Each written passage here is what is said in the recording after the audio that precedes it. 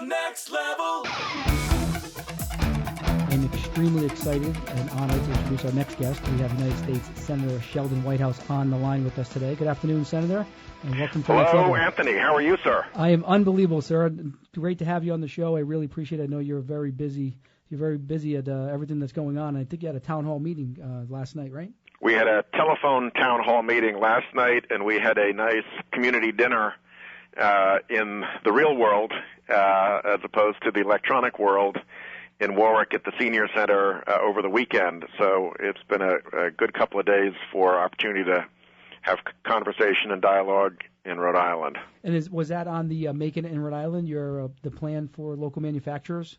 Yeah, when you talk to folks in Rhode Island, usually topic one is jobs in the economy, given the 11.5% unemployment rate and the length of time that we've had people unemployed and all the suffering that's occasioned. So that almost always comes up as the topic, and that usually leads me around to talking about the Making It in Rhode Island plan to help with American manufacturing. You know, I have to, before we get into a lot of the stuff that we're going to talk about today, I have to recount a story that that happened to me personally. So it's about you, and it's really a great story, and I wanted to tell it. As you know, when I was campaigning going back several months ago, I had you may not know this, but I had many people come to me and talk about how wonderful your office is to work with. But one specific person was a woman who had cancer, and she reached out to your office, reached out to you specifically. And she was actually crying, telling me a story, and I will never forget it because, I think it's one of those stories that needs to be told. So she had significant problems with cancer and coverage, and you specifically, personally, helped her through that. And that made an indelible mark on me, and I wanted to make sure that the listeners that are listening to the show today and the podcast and everything know that, what you do and what your office does every day, it's real hard work. So I want to congratulate you for that kind of a story out there. And that was one of many, but that specific story stands out in my head. Yeah, well, you're nice to bring that up, Anthony, and I really appreciate that you did, because a lot of people, think of what I do as doing the voting in the Senate and giving speeches in Congress and crafting and negotiating legislation.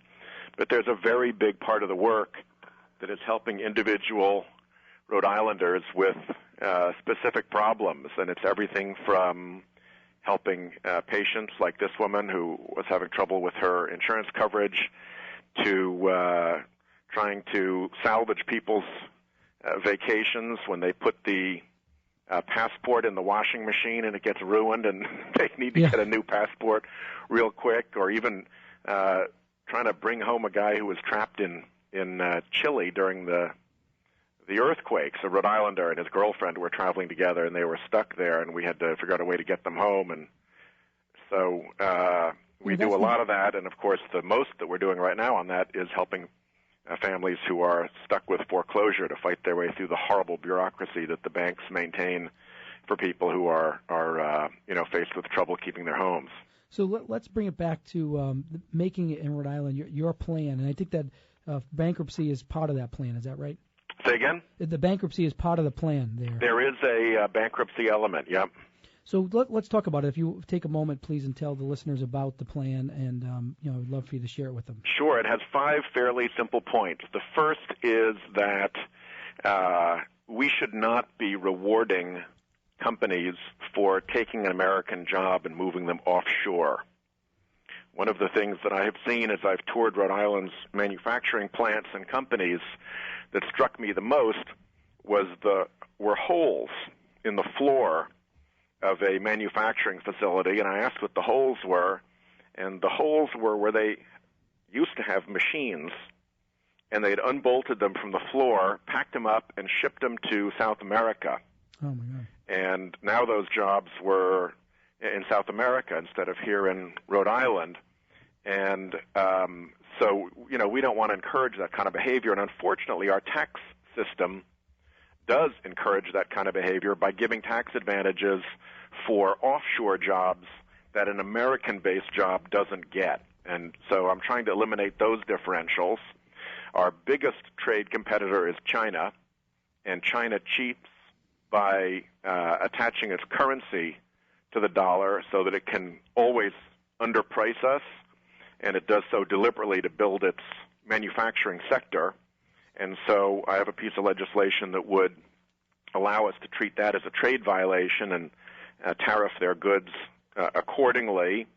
And then we've got a wonderful organization called RIMES, Rhode Island Manufacturing Extension Service, that helps small manufacturers that don't have the capacity of a great big company like GM to, work through management issues, work through technical issues.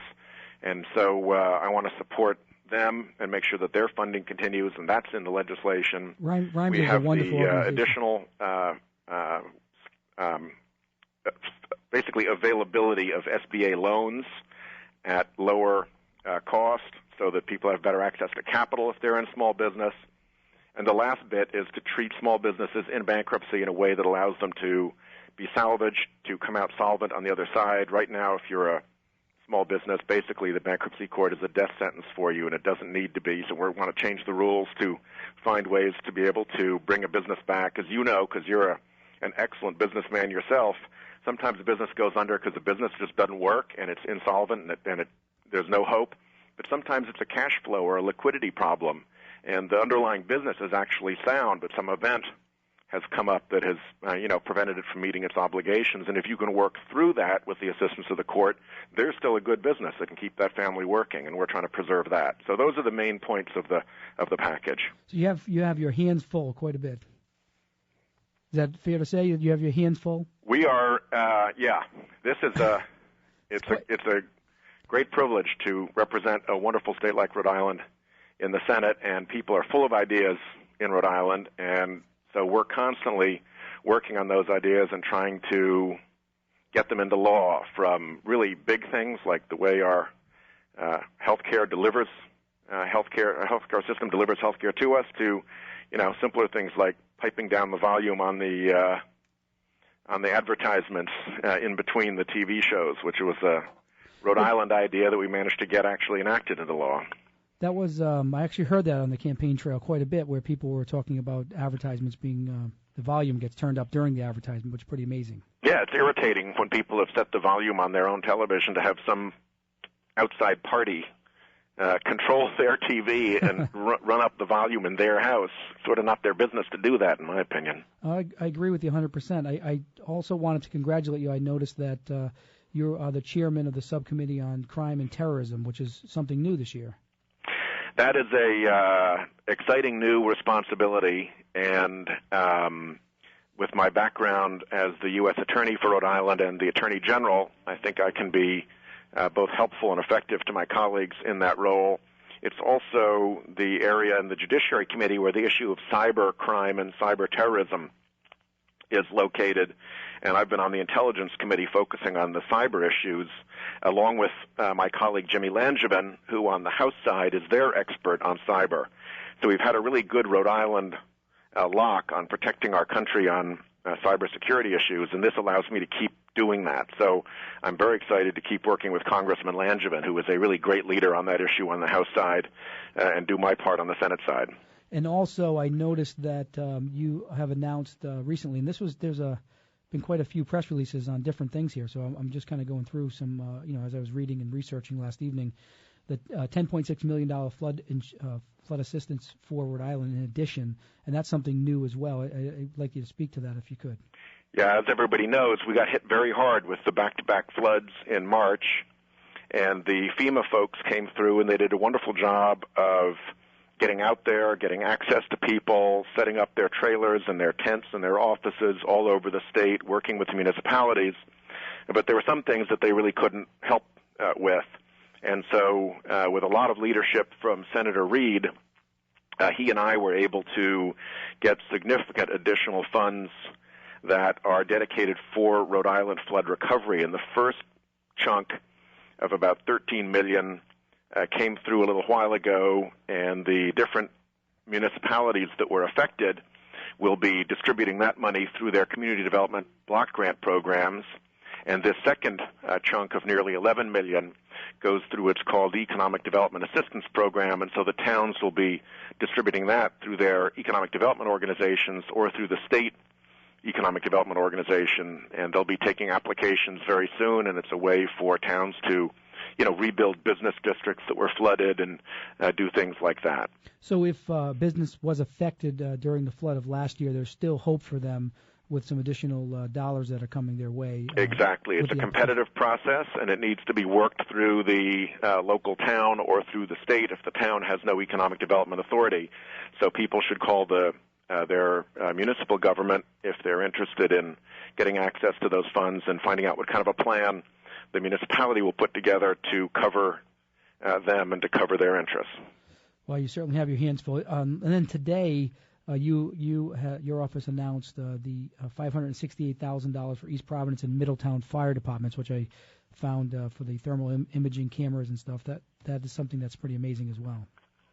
Yeah, that's an exciting new technology, and it's one of those areas where between the emergency response preparedness, the equipment, the training, we want to make sure that we keep the emergency responders in Rhode Island at the very, very forefront of technical capability so that when things go wrong in Rhode Island, we are getting the very, very best emergency service that we can. And so this is a good investment in that. And, just a word on how proud I think we should all be of our first responders.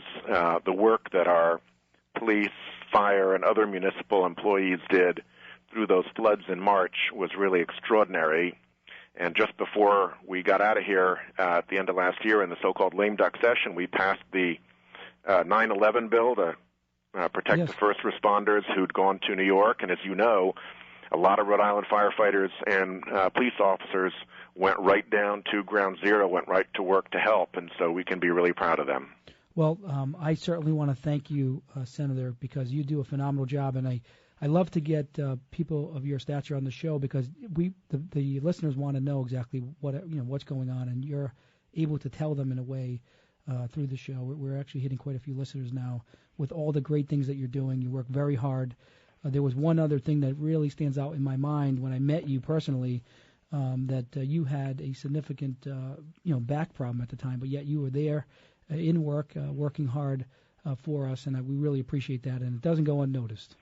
Well, I appreciate it, Anthony. It's a real privilege to be on your show. You're a talented lawyer. You're an extremely accomplished businessman. Your Gloria Gemma Breast Cancer Resource Foundation is just an amazing public service for Rhode Island. And on the day when you see the whole Capitol lit up and the water fire going and know what you kicked off with that, you're a great leader for our state, and I'm privileged to be on your show. Well, thank you very much, and it's here for you. Anytime you need to get the word out about anything, feel free. We'll be happy to get the word out for you. And thank you so much for your time, and look forward to talking to you again. Okay, Anthony. Take care. Thank you.